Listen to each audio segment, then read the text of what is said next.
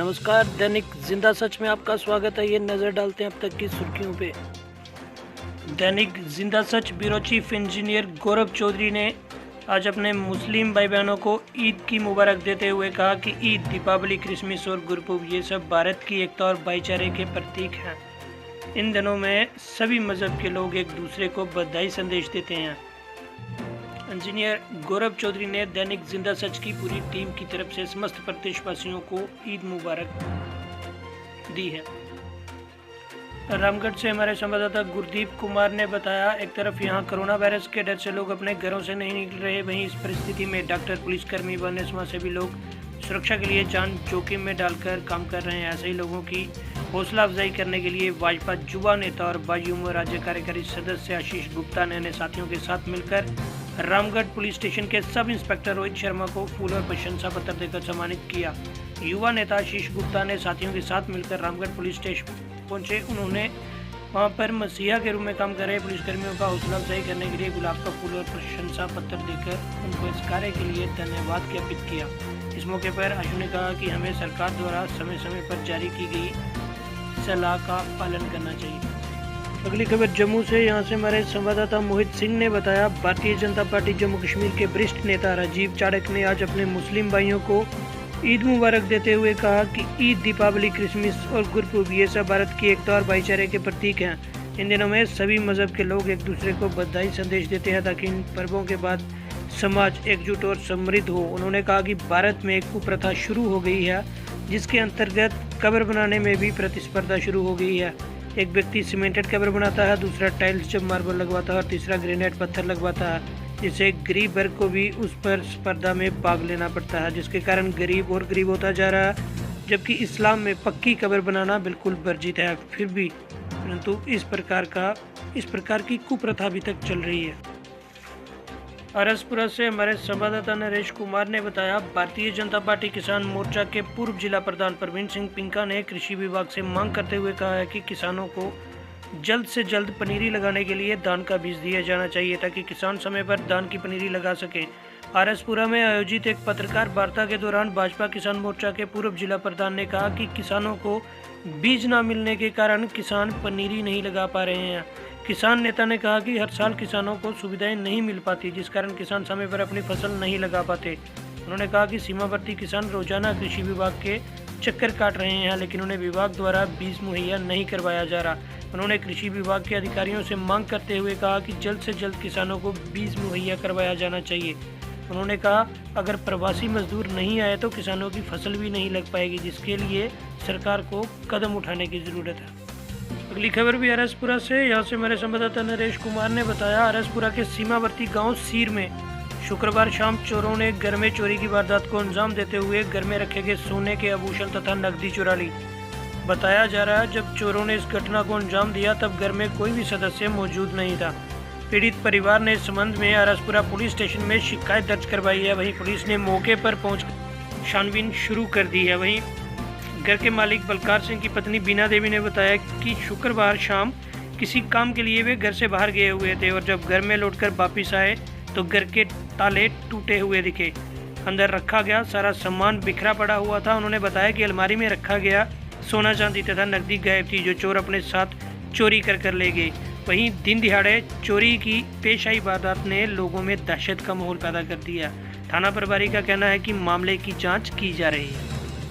खबर राजौरी से, यहाँ से हमारे संवाददाता दिनेश ठाकुर ने बताया कि मक्की का बीज लेने आए किसानों की एक बार फिर भारी भीड़ उमड़ी और इस दौरान किसानों ने भारी भीड़ जमा करते हुए सोशल डिस्टेंसिंग की भी खूब धज्जियां उड़ाई। हालांकि पुलिस जवानों ने किसानों को कई बार लाइन में खड़ा करने व सामाजिक दूरी बनाए रखने के लिए कहा, लेकिन किसानों पर इसका कोई असर नहीं हुआ और किसान सोशल डिस्टेंसिंग की धज्जियां उड़ाते हुए दिखाई दिए। किसानों को इस बात की चिंता थी कहीं मक्की का सफ़ेद बीज पहले की तरह कम ना पड़ जाए और इसी को लेकर किसानों की भारी भीड़ उमड़ी तथा किसानों ने काफ़ी मात्रा में बीज लिया। वहीं अंत में काफ़ी मात्रा में किसान बीज लेने से भी वंचित रह गए, क्योंकि कृषि विभाग के पास जो मक्के का सफ़ेद बीज आया था, ये बीज पल भर में ही बिक गया, जिससे काफ़ी किसान बीजों से वंचित रह गए और किसानों में कृषि विभाग के प्रति काफ़ी रोष भी देखा गया। इस दौरान कृषि अधिकारियों ने किसानों को आश्वासन दिया कि आप किसानों की मक्के के बीज की डिमांड को देखते हुए अगले 2-4 दिनों में और बीज मंगवाया जाएगा ताकि सभी किसानों के लिए बीज उपलब्ध हो सके। अगली खबर बीजेपुर से, यहाँ से हमारे संवाददाता गुरदीप कुमार ने बताया, यहाँ कोरोना से देश की जंग जारी है। लॉकडाउन के पहले दिन से ही पूरा देश लॉकडाउन द्वारा काम धंधे ठप पड़े थे। रोजाना कमाकर खाने वालों की रसोई के चूल्हे बुझने लगे थे। लॉकडाउन के दौरान कोई गरीब भूखा न सोए, इस सोच को लेकर भाजपा के युवा मोर्चा विंग ने बीजेपुर कस्बे के करीब 150 झुग्गियों को गोद में लेकर उन्हें रोजाना 3 वक्त का खाना देने की मुहिम शुरू की। युवा मोर्चा के राज्य सचिव राहुल वैद ने बताया कि नर सेवा ही नारायण सेवा है। इसी सद्भावना के साथ युवा मोर्चा की पूरी टीम करीब 60 दिन से लगातार गोद ली हुई 150 झुग्गियों में 3 टाइम का खाना दे रही है। वही राज्य के पूर्व मंत्री चंद्र प्रकाश गंगा ने भाजपा युवा मोर्चा द्वारा चलाई गई इस मुहिम की सराहना की। गंगा ने कहा, यह बहुत ही संतोषजनक बात है कि महामारी के इस दौर में युवा मोर्चा के नेताओं ने मानवता की सेवा की है। गंगा ने कहा कि करीब 60 दिन से 150 झुग्गियों में खाना देना आसान नहीं था, लेकिन राहुल वैद की टीम ने सभी के सहयोग से इस मुहिम को जारी रखा। गंगा ने युवा नेता राहुल वैद की प्रशंसा करते हुए कहा, राहुल वैद एक ऊर्जा से भरे नेता हैं। उन्होंने हमेशा ही लोगों की सेवा में कदम बढ़ाए हैं। गंगा ने कहा कि इस उम्र में राहुल वैद जिस ऊंचाइयों को छू रहे हैं, ये सब उनकी सेवा का ही फल है। वहीं राहुल वैद ने कहा कि युवा मोर्चा की पूरी टीम ने यह ठाना है कि जब तक लॉकडाउन रहता है वह मानवता का धर्म निभाते रहेंगे। अगली खबर जिला कठुआ से, यहाँ से हमारे संवाददाता वीरेंद्र चौधरी ने बताया, जिला विकास युक्त कठुआ ओपी भगत ने आज यहाँ कठुआ में विश्वविद्यालय परिसर के भवन परिसर में स्थापित जिले के पहले कोविड वेलनेस सेंटर का उद्घाटन किया। जिले के 230 बेडों के फर्स्ट कोविड वेलनेस सेंटर को कोविड-19 पॉजिटिव मामलों की देखभाल के लिए स्थापित किया गया है, जिन्हें विशेष चिकित्सा देखभाल टीम और पर्यावरण के तहत अलगाव में रखा जाता है। डीडीसी ने बताया कि डॉक्टरों और पैरामेडिक्स की टीम कोविड-19 के पॉजिटिव मामलों के लिए सख्त चिकित्सा प्रोटोकॉल के साथ वेलनेस सेंटर का संचालन करेगी। उन्होंने बताया कि जरूरत पड़ने पर 800 लोगों को समायोजित करने के लिए जिला प्रशासन ने जिले में 4 ऐसे स्थान चिन्हित किए हैं। ये सुविधा पूर्ण रूप से स्वच्छता वाले वातावरण में काम करेगी, जिसके लिए पर्याप्त डॉक्टरों और पैरामेडिक्स, दवाइयाँ और अन्य व्यवस्था की गई हैं। इसके अलावा रोगियों और कर्मचारियों के लिए स्वास्थ्यकर भोजन, पीपी किट, मास्क, सैनिटाइजर और संग्रह केंद्रों की पूर्ण रूप से सुरक्षा के प्रावधान पहले से ही किए गए हैं। सीएमओ कठुआ अशोक चौधरी, नोडल अधिकारी Covid wellness centre doctor Sandeep Raina और अन्य चिकित्सा कर्मचारी भी इस मौके पर उपस्थित थे। अगली खबर नौशहरा से, यहाँ से हमारे संवाददाता कुलदीप चौधरी ने बताया, पाकिस्तान अपनी बेशर्मी से बाज नहीं आ रहा। पिछले 2-3 दिन से लगातार गोलीबारी करते हुए पाकिस्तान संघर्ष विराम का उल्लंघन कर रहा है। पाकिस्तान की इस नापाक गोलाबारी में जहां स्थानीय गांव वासियों को परेशानी का सामना करना पड़ता है, वहीं यह पाकिस्तान की गोलाबारी की वजह से वन क्षेत्र को भी काफ़ी नुकसान पहुंच रहा है। आपको बताते चले, पिछले कुछ दिनों में पाकिस्तान लगातार नौशहरा के डींकलाल में संघर्ष विराम का उल्लंघन करता आ रहा है।